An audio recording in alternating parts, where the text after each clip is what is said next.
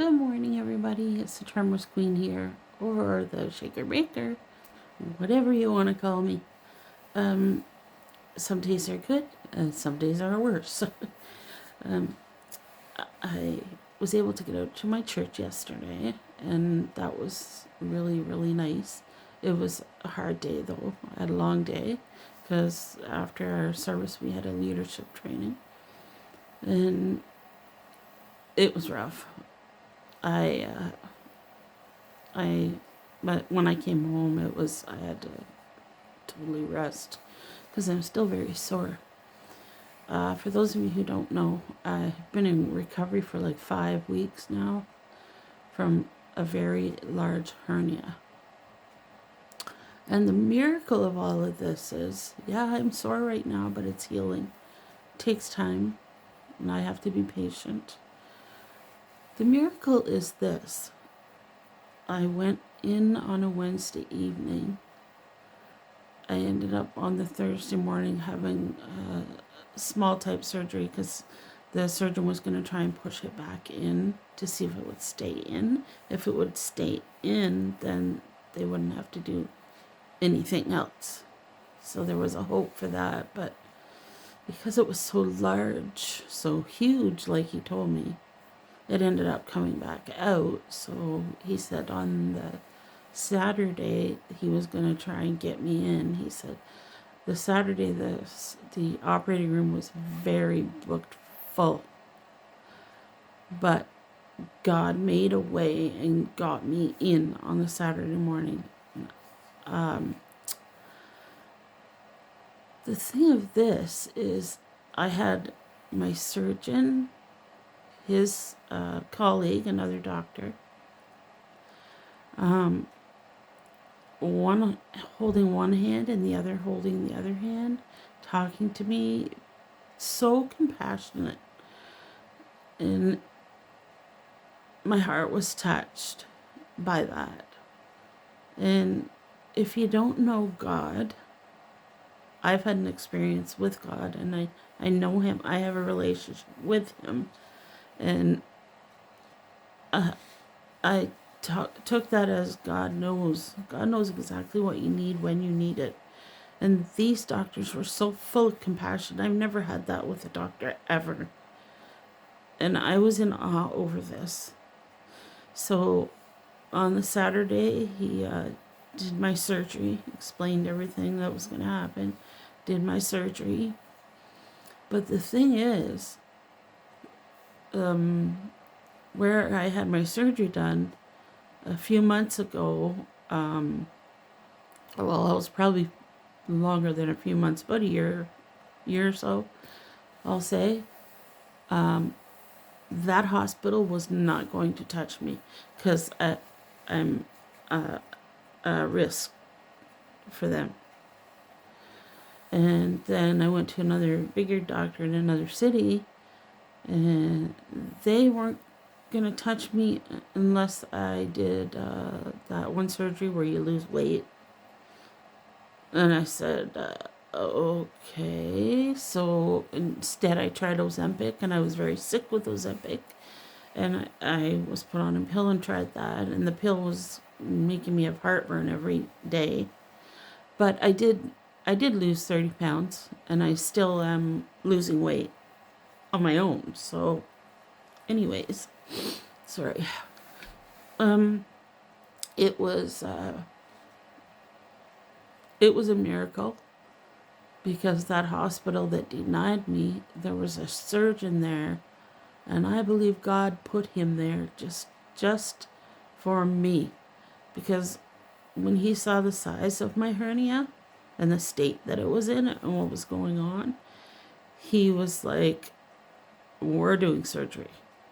We're getting you in there. It's huge. It's huge. He kept stressing to me. I said, I know. It is. And I know he was a godsend. And I just thank God that I was able to get in there, because that hernia was on the edge of bursting inside of me. So I thank God that part is over. Now, on the other hand, the healing process, it's been horrid. And maybe because of the size of the hernia, I'm a little bit longer healing. I do not know, but it's, one day at a time. I just wanted to come on and share that. And if you don't have a personal relationship with God, I'm going to tell you, He is real. And I found that out. And it was 1998. I learned to know that God was real. I was an alcoholic, and my marriage was on the verge of being over. I back then was just drinking and into drugs, but I would try and do it so that my kids wouldn't know. I would do it in the middle of the night. I would go out and come back in the wee hours before they woke up, and trying to trying not to affect them. You know, but I think they knew. I think they knew. They were young at the time, and God came in and changed my life, and I'm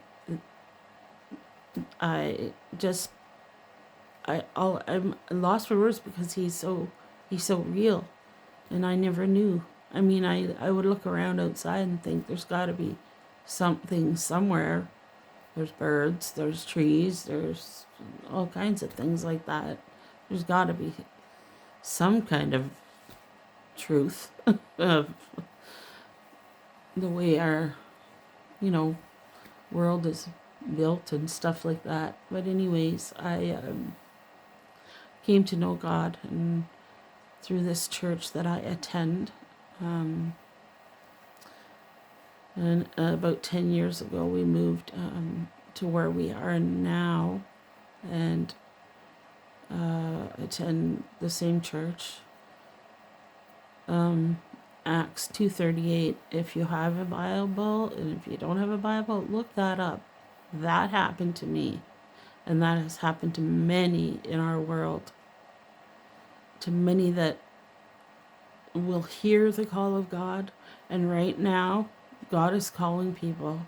He's calling people to a life that's everlasting and so amazing and so awesome. There's no drug, there's no alcohol, there's no person, there's nothing that can fill that void that a person has in their heart. They'll search in many different areas in their life to try and fill that void, and that's what I was doing. I was trying to fill that void with alcohol, with other people, just like you wouldn't know it today, but I tried to commit suicide 5 times years ago, and every time that I attempted that, when I look back at it now, I know that there was a God that stopped that from happening. He came right in and changed up the whole plan and everything, and I thank God for that, because my children got their mother back and my husband got his wife back, and I was delivered from alcoholism and drugs. And I just thought I'd share that today. But I am the Tremors Queen, and I hope you enjoy my videos, and I hope that you'll subscribe. If you see this, you'll subscribe and share. And please, if you have any questions, Lord, to do with the Lord, just send me a message. I'll do the best that I can to give you the answers and lead you in a way that I was led to know truth. Thank you, though, for listening, and I hope you all have a wonderful day. And thank you to those who've subscribed, family, friends. It means a lot to me. I really, truly appreciate it. Be blessed.